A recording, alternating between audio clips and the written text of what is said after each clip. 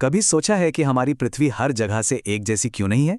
कहीं तो बर्फ से ढके ऊंचे ऊंचे पहाड़ हैं, तो कहीं मीलों तक फैले हुए सपाट मैदान।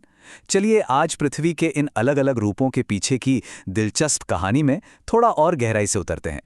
ये एक ऐसा सवाल है जिसने न जाने कितनी सदियों से इंसानों को हैरान किया है। आखिर वो कौन सी ताकतें हैं जो हमारी जमीन को लगातार बदलती रहती हैं, उसे एक नया आकार देती रहती हैं। भले ही हमें ये महसूस ना हो, पर सच तो ये है कि जिस जमीन पर हम खड़े हैं वो असल में एक बहुत ही धीमी रफ्तार वाले डांस में है। पृथ्वी के अंदर की जो गर्मी और दबाव है ना, वही वो अनदेखी ताकतें हैं जो हमारी दुनिया को शेप देती हैं। तो पृथ्वी के इस आकार के पीछे हैं दो मेन खिलाड़ी, कह सकते हैं दो अनदेखे आर्किटेक्ट्स जो लगातार अपना काम कर रहे हैं। इसे ना प्रकृति की एक कभी ना खत्म होने वाली रस्साकशी की तरह सोचिए। एक तरफ है पृथ्वी के अंदर की ताकतें जो जमीन को ऊपर उठाती हैं, पहाड़ बनाती हैं, मतलब एक बिल्डर की तरह। और दूसरी तरफ है बाहरी ताकतें जैसे हवा और पानी, जो इन उठी हुई जमीनों को धीरे धीरे घिसती रहती हैं, एक मूर्तिकार की तरह उन्हें नया आकार देती। और इस खींचतान का जो सबसे कमाल का सबसे बड़ा नतीजा हमारे सामने आता है वो है पहाड़। चलिए देखते हैं कि कुदरत की ये विशाल रचनाएं आखिर बनती कैसे हैं।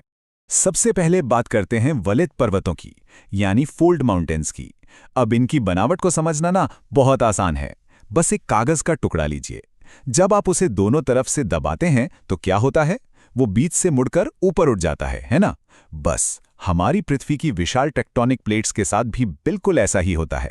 बस ये जो छोटा सा एक्सपेरिमेंट है ना, ये बिल्कुल वही प्रोसेस दिखाता है जिससे हिमालय और एल्प्स जैसे दुनिया के सबसे ऊंचे पर्वतों का जन्म हुआ है। ये करोड़ों सालों के धीमे लेकिन लगातार दबाव का नतीजा है।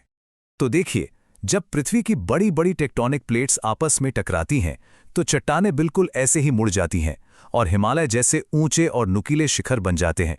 ये दुनिया के सबसे जवान और लगातार ऊंचे हो रहे पहाड़ हैं।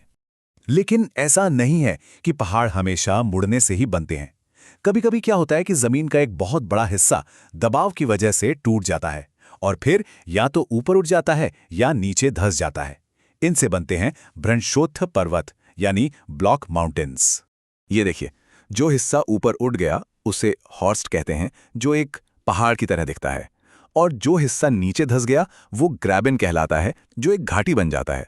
वैसे यूरोप की जो मशहूर राइन घाटी है ना, वो इसी का एक परफेक्ट एग्जाम्पल है। अब पहाड़ों का एक और रूप है जो सीधा पृथ्वी के दिल से, उसकी आग से पैदा होता है, ज्वालामुखी पर्वत। जैसा नाम से ही जाहिर है, ये तब बनते हैं जब पिघली हुई चट्टान यानी लावा और राख पृथ्वी की सतह पर आकर जमा हो जाते हैं। मतलब हर बार जब ज्वालामुखी फटता है तो लावा और राख की एक और लेयर जम जाती है और धीरे धीरे परत दर परत एक कोन जैसा पहाड़ खड़ा हो जाता है। जापान का खूबसूरत माउंट फुजियामा और अफ्रीका का माउंट किलिमंजारो, ये सब ऐसे ही बने हैं। अच्छा, अब जरा स्क्रीन पर ये नंबर देखिए, 10,205 मीटर। क्या लगता है ये क्या हो सकता है? कोई अंदाजा?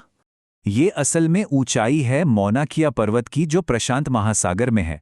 कमाल की बात यह है कि इसका ज्यादातर हिस्सा तो समंदर के नीचे है, लेकिन अगर इसे बेस से यानी समंदर के तल से नापा जाए ना, तो ये दुनिया के सबसे ऊंचे पर्वत माउंट एवरेस्ट से भी ऊंचा है।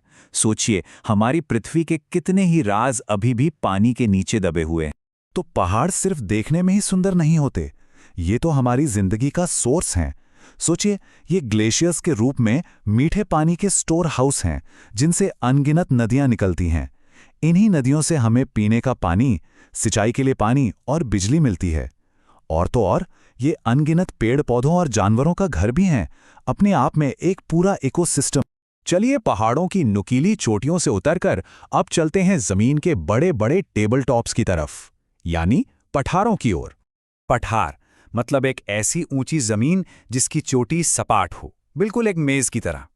बस कल्पना कीजिए एक ऐसे पहाड़ की जिसकी चोटी काट दी गई हो और वो मीलों तक फ्लैट हो। इनकी ऊंचाई कुछ 100 मीटर भी हो सकती है और तिब्बत के पठार की तरह कई हजार मीटर भी। ये जो नज़ारा है, ये एक पठार का क्लासिक व्यू है। ऊपर से एकदम सपाट और किनारे एकदम खड़े। अपना जो दक्कन का पठार है ना, वो दुनिया के सबसे पुराने पठारों में से एक है, जो लाखों साल पहले ज्वालामुखी के लावे से बना था। और ये पठार असल में खजानों से भरे होते हैं। जी हाँ, खनिजों के खजाने।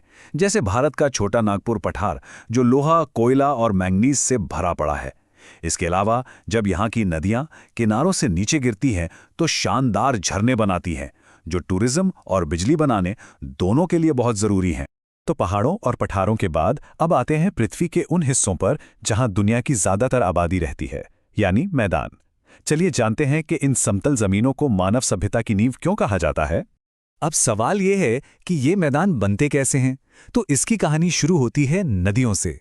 नदियां जब पहाड़ों से नीचे उतरती हैं तो अपने साथ ढेर सारी मिट्टी, रेत और गाद ले आती हैं। फिर जब मैदानी इलाकों में इनकी रफ्तार धीमी होती है तो ये इस सारी सामग्री को अपने किनारों पर जमा करती जाती हैं। हजारों सालों तक ऐसा होने से विशाल और उपजाऊ मैदान तैयार हो जाते हैं। तो मैदानों में रहना इतना आसान क्यों है? सीधी सी बात है, यहाँ की मिट्टी उपजाऊ है, मतलब खेती के लिए बेस्ट, जिससे हमें खाना मिलता है। जमीन समतल है तो घर बनाना, सड़कें बिछाना, रेलवे लाइन डालना सब कुछ आसान है। यही वजह है कि दुनिया के बड़े बड़े शहर और घनी आबादी मैदानों में ही बसती है। तो हमने देखा कि कैसे ये पहाड़, पठार और मैदान सिर्फ जमीन के टुकड़े नहीं हैं, ये तो हमारे जीने का तरीका तय करते हैं, हमारे काम और हमारी संस्कृति पर गहरा असर डालते हैं। हर तरह की जमीन अपने ऊपर रहने वालों के लिए अलग मौके और अलग चुनौतियां लेकर आती है। और आखिर में ये समझना बहुत ज़रूरी है कि ये ज़मीन सिर्फ हमारे लिए नहीं है, ये एक धरोहर है, एक अमानत है जिसे हमें आने वाली पीढ़ियों के लिए संभाल कर रखना है। हमारी जिम्मेदारी है कि हम कुदरत के इन अनमोल तोहफों की इज्जत करें और आने वाली नस्लों के लिए एक सेहतमंद और खूबसूरत ग्रह छोड़कर जाएं।